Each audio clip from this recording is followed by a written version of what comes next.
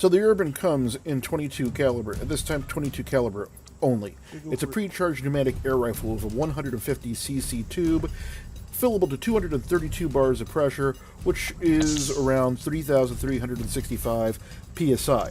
It's a bolt-action, multi-shot, 10-shot removable magazine. It does have an 11mm dovetail on the top for you to mount a scope to. You will need to mount a scope because there are no iron sights. There are no open sights on this rifle. It is moderated. It is relatively backyard quiet, backyard friendly.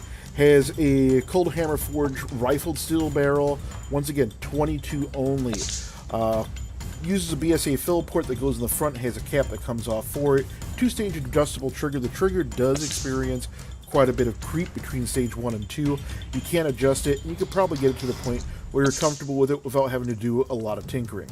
The stock is probably one of my favorite low-end synthetic stocks. While it's a hollow stock, it is an ambidextrous hollow thumbhole stock. It has a cheek riser in the back. It has a adjustable butt pad that also is what they call a shockwave absorber, or SWA recoil pad.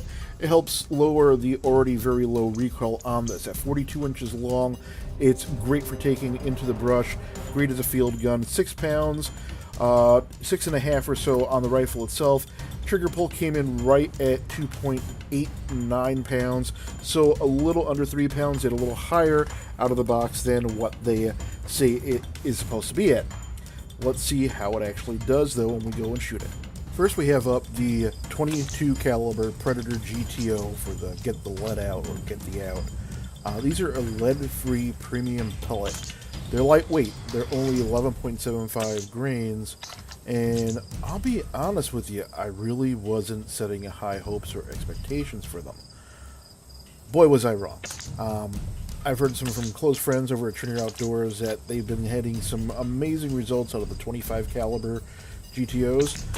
And I really was skeptical on it because, let's face it, up to this point, most of the lead-free offerings haven't really lived up to our hopes and needs. I guess I'm wrong. These GTOs, they've been pretty amazing. As you can see here, these are two 25-yard groups, 10-shot groups per. We had winds that were varying from, I think the low was 3 miles an hour, gusting up to 8. You know, these groups are really good. In fact, I'd venture to say that someone with more shooting experience and skill than myself can probably tighten these up even a little more. Each of the squares on these targets are 1-inch squares, so we're getting under 3/4 inch groups. In fact, with the exception of 2 flyers in the top group there, I think we might have been able to hold that to well under a 1/2 inch and probably under 3/8 of an inch of a clover length group center to center.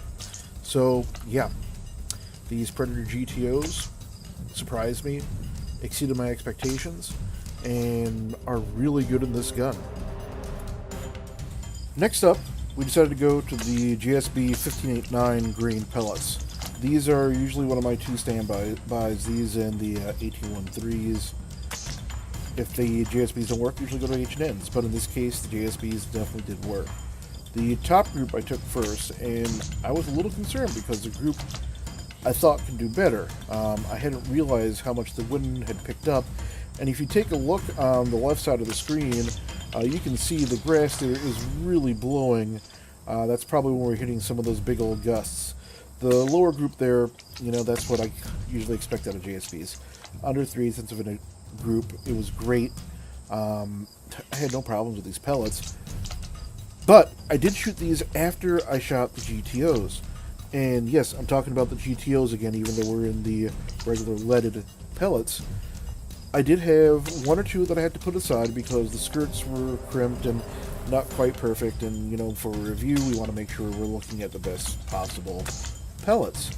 With GTOs, I didn't have that. They were extremely uniform because the alloy they're made of doesn't crimp as much. So it doesn't deform as much, resulting in a lot more uniformity from pellet to pellet.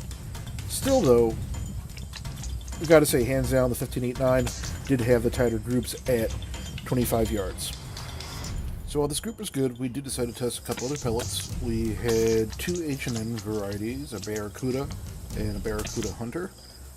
Gives us a nice weight differential there, as well as the JSB Exact Jumbo Monsters. So we really were going all over the place as far as what different weights and types we had here.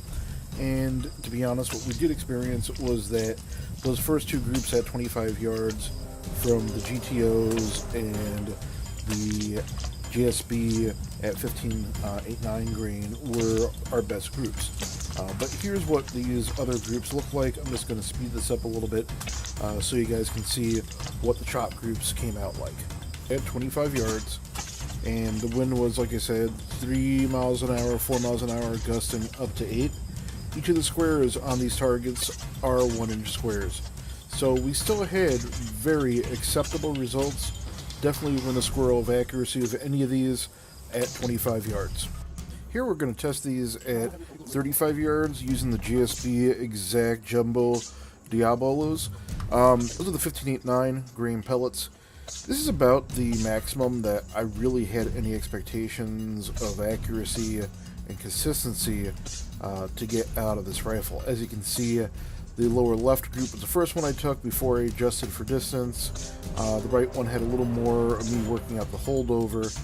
It really didn't do that bad at all at 35 yards, and after this I decided to bring it out to 50 and switch over to the GTOs.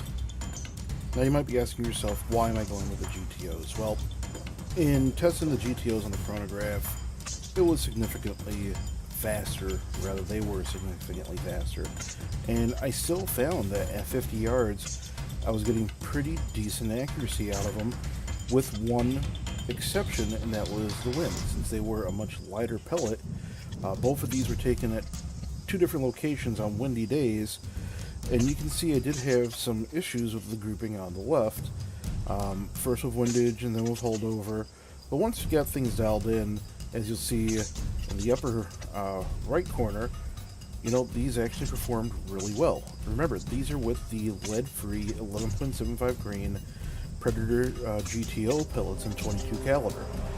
They're also such a neat little pellet. I know I've said it before, but the consistency I really like out of them. I was surprised. Over at Chronograph, the GTOs continued to surprise. The first 20 shots were really close. Actually, they were under a 2% extreme spread, 18 feet per second spread, averaging 22.46 foot-pounds of energy and 927.6 feet per second. That was over the first 20 shots of the string. After that, things, well, they really started to drop very, very rapidly. After 3 full magazines, so 30 shots, we were looking at an average speed of 907.8 feet per second, but the spread had jumped from 18 feet per second on his first 20 shots to 113 feet per second by the end of the next 10, so a full 30. Extreme spread at that point was over 12%. This next string was taken with the JSB 15.89, and I'll be honest with you, I was a little surprised we got better performance of the lead-free GTOs. So here we're looking at a spread on the first 20 shots of 43 feet per second with an average of 818.1 FPS. It's a little over a 5% spread. If we go a full 30 shots on it, once again, this is with the 30 bar fill. On the 30 shots, we had a 207 foot per second spread for a whopping 24%, actually 24.5% extreme spread. We did, however, bring our foot-pound energy up to right around 24 on average for those first 20 shots. So what does it mean? It means that I'm surprised. The Gamo Urban 22 PCP at current offerings under $300, closer to $250 sometimes if you shop around, I think it's a great deal.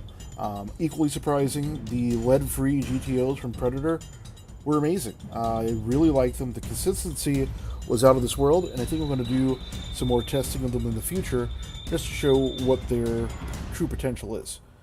Check out some of our other videos on the Airgun Market YouTube channel.